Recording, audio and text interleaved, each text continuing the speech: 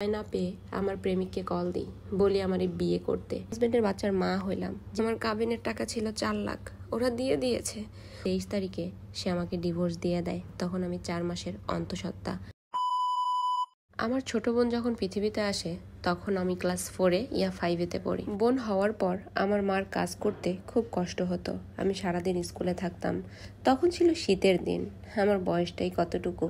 আমি বাসায় কাজ করতাম না দেখে মা আমাকে মার, এমনকি আব্বুও। তাই প্রতিদিন স্কুলে যাওয়ার আগে আমার বোনের মলমূত্র, থালা বাসন, ঘর বাড়ি ঝাড়ু দিয়ে তারপর স্কুলে যাইতাম। এভাবে চলতে থাকলো, সময় পার হতে লাগলো।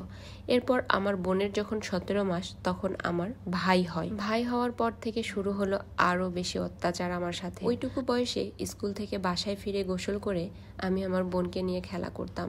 যে সময় আমার বয়সী সবাই খেলতো, আমি না খেলে আমার বোনকে নিয়ে কোলে করে দাঁড়ায় দাঁড়ায় দেখতাম। একদিন আমি আমার ছোট বোনকে ঘাসের উপর বসে খেলছিলাম, আমার মা আইসা দেখে। পরে আমার বাসায় এনে অনেক মারে, অনেক। আমার মা 2টা বাচ্চা নিয়ে ঘরের কাজকর্ম সামলাতে পারে না। যেহেতু শুক্রবারের দিন স্কুল অফ থাকে, ওই দিন করে আমাকে বাসার সবার কাপড় ধুইতে হইতো ওইটুকু বয়সে। তারপর আস্তে আস্তে রান্নার চাপও চলে আসে। যেদিন প্রথম রান্না করতে যাই ওই দিন আম্মু বলেছিল চুলায় তরকারি দিয়ে বইসা থাক আর পানি দিতে তরকারিতে। আমি ভুলে সবজি ধোয়ার পানি দিয়ে দিই। ওই দিন যে পরিমাণ মায়ের খেয়েছি তা বলার বাহিরে। শুধু যে মারতো তা নয়, অভিশাপও দিত। তারপর আমি হাই স্কুলে উঠি, ক্লাস 6-এ আমার পিরিয়ড হয়। এটাও আমার দোষ ছিল। পিরিয়ড হয়েছে দেখে আমার মা আমারে বলে অল্প বয়সেই পাইকায় আসোস। তারপর ক্লাস 8 থেকে আমার পাত্র দেখা শুরু করে, বিয়ে দিয়ে। পরিবারের অত্যাচার এভাবেই চলতে থাকে। তারপর আমি ক্লাস 9-এ উঠি, একটা ছেলের সাথে সম্পর্ক হয়। সম্পর্ক চলতে থাকে। এদিকে প্রতিদিন ঘর আসে আমাকে দেখার জন্য, কিন্তু কেউ পছন্দ করে না। আর আমার মা তো আছেই আমার সাথে লেগে। প্রতিদিন আমাকে বকা, প্রতিদিন আমাকে মার, বেশিরভাগ সময়ই মারে। এর মধ্যে আমাদের এলাকার অনেক ছোট বোনদের বিয়ে হয়ে যায়, আমার বিয়ে হচ্ছিল না।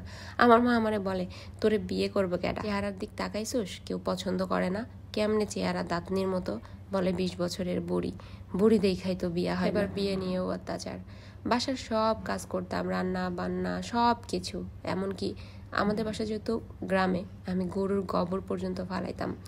তারপরেও মা এত খারাপ খারাপ ভাষায় কথা বলতো আমার সাথে, যা মা হয়ে মেয়ের সাথে বলে না। অনেক বিশ্রী কথা কইতো। একদিন আমার শরীরে অনেক প্রেশার লো হইয়া যায়। ওই দিন শুয়েছিলাম, আমার মা আমারে কয় গজবে ধরে না, না তুই মরলে শান্তি পাই। এমন কোনো পাপ করিনি বা এমন কোনো অন্যায় করিনি, তারপরও দিনের পর দিন মার মুখে কথা শুনতে হইতো, মরছ না, চলে যেতে পারস না। সহ্য করতে না পেরে একদিন খারাপ একটা কাজ করেই ফেলি, কিন্তু আল্লাহ তাআলা আমাকে বাঁচিয়ে দেয়। প্রেশার লো ছিল বিধায় আমি অজ্ঞান হয়ে গিয়েছিলাম। পর অত্যাচারের মাত্রা আরো বেশি বেড়ে যায়। আমি তখন উপায় না পেয়ে আমার প্রেমিককে কল দিই, বলি আমার বিয়ে করতে।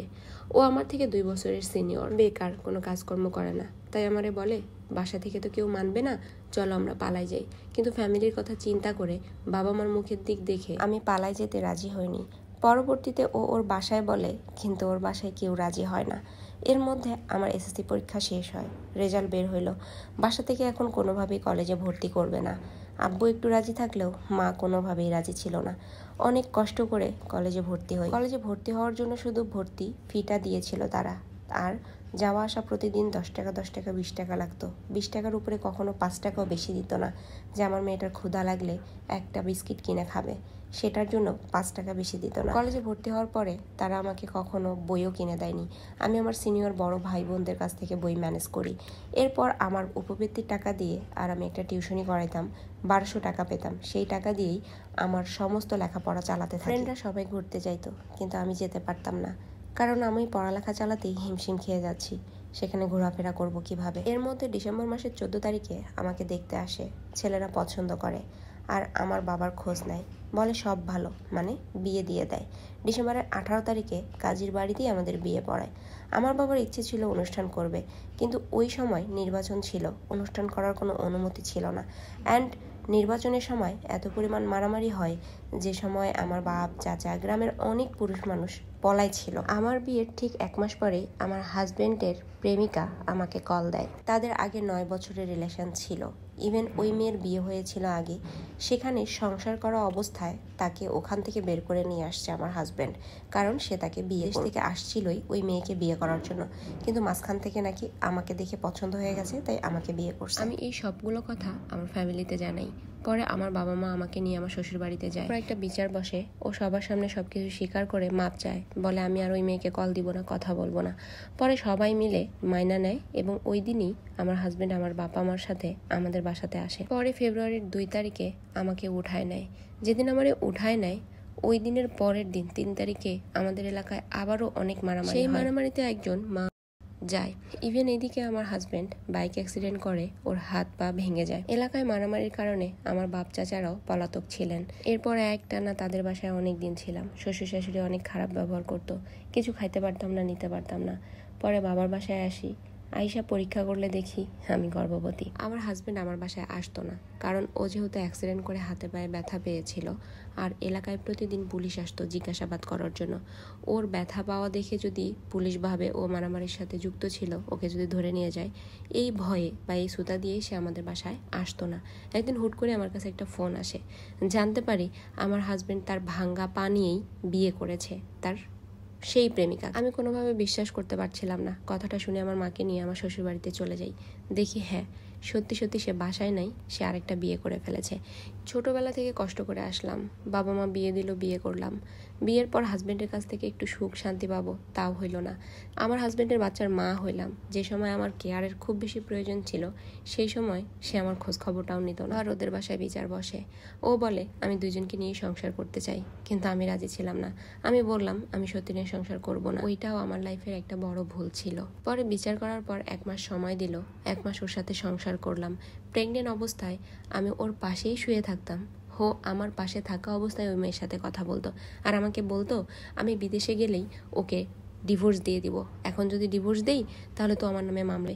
এই কারণে সে আমার সাথে থাকা অবস্থায়, আমার পাশে থাকা অবস্থায় সে ওই মেয়ের সাথে কথা বলতো। খুব খারাপ লাগতো, শুধু কান্না করতাম। যেহেতু গর্ভবতী ছিলাম, কিছুই খেতে নিতে পারতাম না, শুধু বমি করতাম, শরীর অনেক খারাপ হয়ে গিয়েছিল।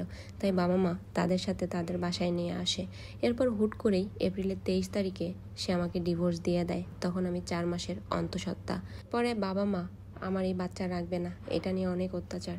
আমি অনেক চেষ্টা করেছি বাচ্চাটাকে রাখার জন্য, কিন্তু পারি নাই। না পারতে আমি আমার হাজবেন্ডকে ফোন দিয়ে বলি, তুমি দয়া করে আমার বাবা মাকে ফোন দিয়ে বলো যে ওইটা আমার বাচ্চা, বাচ্চার যেন কিছু না হয়, দায়িত্ব আমি নিব, শুধু এইটুকু বলো প্লিজ। কিন্তু সে করে নাই। আমার তো যাওয়ানোর জায়গা নাই, কি করব, বাবা মার কথা মতো চলতে হবে। তাই বাবা মার কথা মতো অনেক জায়গায় গেছিলাম বাচ্চাটা ফালানোর জন্য, কিন্তু জীবন্ত প্রাণ কেউ নষ্ট করতে চায়নি। পরে এক মহিলা ডাক্তার রাজি হয়, আমার ছেলে বাবু হয়েছিল। তারপর 5 মাসের মাথায় আমার ডিভোর্স। আল্লাহর কাছে বিচার দিয়ে রাখছি, আল্লাহ যেন ওরে কোনোদিন সন্তানের মুখ না দেখায়। জানো আপু, আমার কাবিনের টাকা ছিল 4 লাখ, ওরা দিয়ে দিয়েছে। ওইখান থেকে শুধু 15,000 টাকা চেয়েছিলাম একটা ফোন কিনবো, সেটা নিয়েও এখনো আমার মা আমার সাথে অত্যাচার করে। কি পাপ করেছিলাম আপু, জ্ঞান হবার পর থেকে শুরু হয়েছে অত্যাচার। কবে শেষ হবে এই অত্যাচারের দিন বলতে পারো আপু? যখন এই SMS গুলো আমি পড়ছিলাম, আমার চোখ থেকে পানি পড়ছিল। আমি কোনোভাবে আমার কান্না আটকাতে পারিনি। যে আপু আমাকে মেসেজ পাঠিয়েছেন, যে আপুর গল্পটি আমি তুলে ধরলাম আপনাদের সামনে, এইরকম গল্প হাজারো মেয়ের লাইফে আছে। কেউ কেউ প্রকাশ করে, কেউ বা প্রকাশ করতে পারে না নানান ধরনের কারণে বা নানান ভয়ে।